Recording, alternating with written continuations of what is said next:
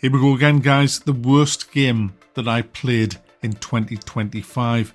And you know, as I was compiling the list, watching my reviews back, and in some cases even replaying a little bit of the game, I came to the conclusion that there is a large amount of gamers with no standards. And on further inspection, I kind of felt that there's a lot of gamers will give any game a 5 out of 10 as a starter, providing it's over £50. It's kind of like a brainwashed mentality. I'm paying £50 plus, in some cases £80, and so therefore I'm probably getting something good. And if it has decent looking graphics, it goes up to a 7 out of 10. If the game runs okay, then it's an 8 out of 10. This is before they've even played the f***er. Where's the data to prove that? Well, right in front of you. Every game on this video is rancid. And not one of them, not one single game that I'm going to show you is a negative review on Steam. Every one of them is over 50% or 5 out of 10. In fact, only one of them is like a 5 out of 10. All the other games I'm going to show you are either 7 out of 10, 8 out of 10, or in some cases 9 out of 10 according to gamers. Let's start. Sniper Elite Resistance. I give this 4 out of 10. That was generous. It's absolutely rancid, guys. It's just the same old... It's like a DLC. That's what I said in my review. It's literally like a DLC to Sniper Elite. It's in France again, against the Germans again, with shit AI again. Absolutely garbage. He is there mechanics where you can just fire shots out the window of buildings and the enemy will just walk in one after another and let you shoot them in the face.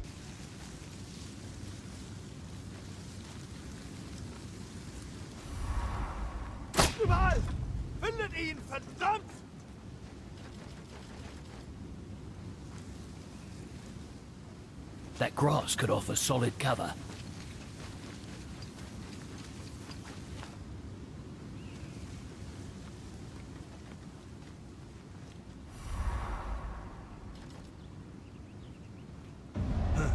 What? Next up is Avowed, guys. Your face, it's so... Now this should have been great. I mean, it had really good combat. I enjoyed the combat. I was like a wizardy guy, but it was totally woke, guys. I mean, nearly every NPC was a woman. When I was around in the world and I was getting me quests and speaking to everybody, I found that after I'd spoke to 10 or so people, that every single one of them was a woman. It didn't matter what rank they were. These were all the people in authority, and it got really absurd. It got really absurd. I was talking to this woman who, there she is, 24, 25-year-old. And her backstory is she's like a high-ranking military woman, a captain or something. And her backstory is she spent 6 years as a galley slave. Absolutely.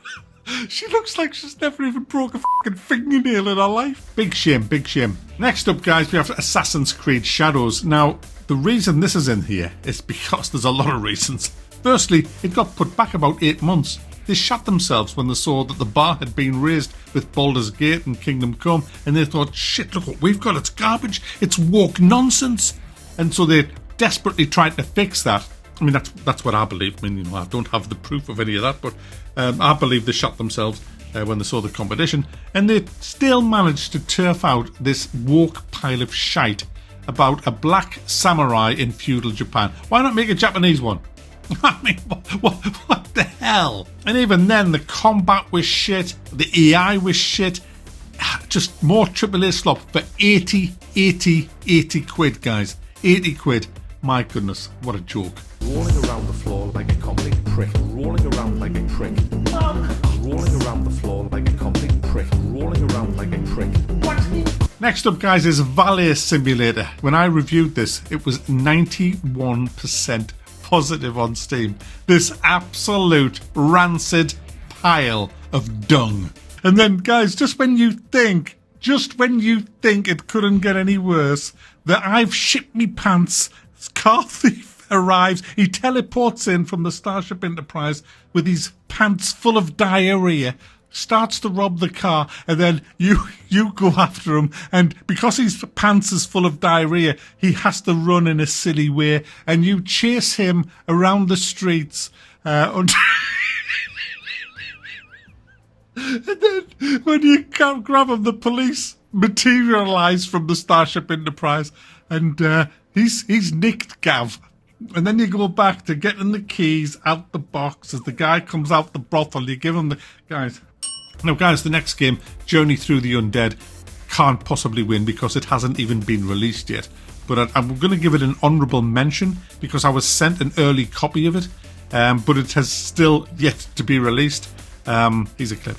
You pick up a bat and you spam. You pick up a hammer, you spam. You pick up an axe, you spam. You pick up a crowbar, you spam. You just spam, spam, spam, spam, spam, spam, spam. The zombies just come charging into your face and eat while you go spam, spam, spam. The sounds is awful. The graphics is awful. The combat's awful. The clunk is awful. The next one's going to cause havoc.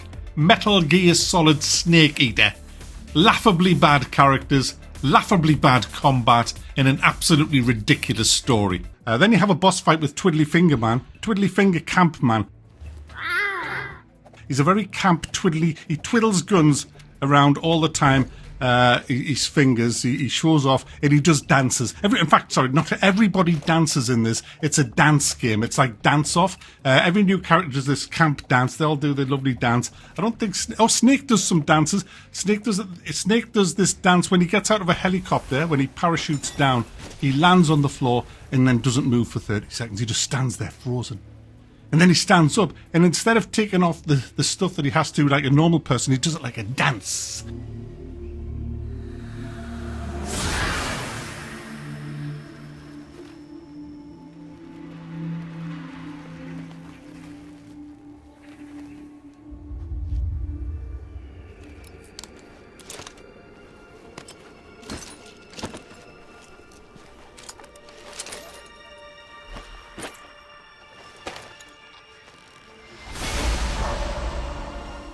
You know, it's like that all the way through. It's as camp as fuck, this game, guys. All the way through, there's dancing and twiddly things. £70, please? Absolute trash, guys. But hey, it was good 75,000 years ago, apparently.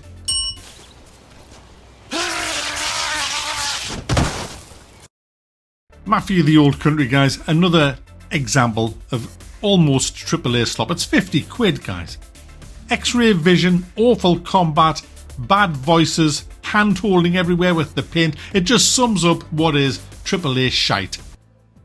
We've got to sneak around here, guys. Avoid detection. Hold you. Oh! X-ray vision. Oh!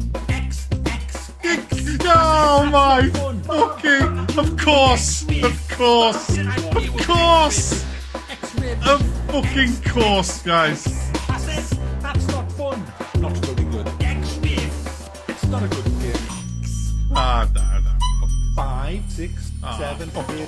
Rolling around the floor like a complete prick. Rolling around like a prick. Rolling around the floor like a complete prick. Rolling around like a prick. Honestly, I'm just... Rolling around the floor like a complete prick. Over and over again. Spam, in third person, whack fest. What's the point? Then we've got FBC Fire Break, the game where one of the missions is to shoot post-it notes. I'm laughing, but it's not funny. It's not funny. They're taking your money, guys, and taking the piss. This is by Remedy as well, who made that a brilliant game, Control, that actually won Game of the Year, I think, on my channel. Absolute travesty that they made this FBC bullshit. This co-op pile of wank that we played and just laughed at. Everything was bad about it. Just garbage. Absolute garbage. Then we had Mind's Eye, another expensive game. Mind's Eye, give this 2 out of 10. The AI was tragic. It ran horrible. It had a horrible open world. It's now very positive on Steam. And one of the reviews from this month says, everything's fixed, but the AI still sucks. It was the AI that was the main thing that was wrong with it. This is what I'm talking about with people. Insane that people are just so happy with mediocrity and shite. And then finally, guys, we have Silent Hill F for f*** off. rancid it is. Absolutely rancid. The combat in this game, oh my goodness. You would think there was a competition to make the worst combat system in a game. These would have won it, hands down. It's just garbage. Absolute tripe. In this linear fucking world, searching in rooms was hilarious. You walk in the room and just do a twirl, and if there's anything you can open, it has a white dot on the fucker. And all the doors are locked in all the houses, so yeah, there's no exploration really. The houses that you're allowed in, all the drawers are locked. All the cupboards are locked. Sorry, I can't help it. All the cupboards, everything's locked except if there's a bandage in them or some loot. And then you'll see a little dot on the chest of drawers that you go up and down, like there's a little painkiller for us, or there's a little bandage for us.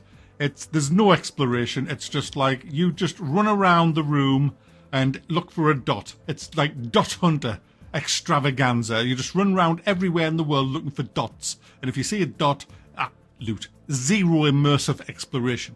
Very positive on Steam. £70, please.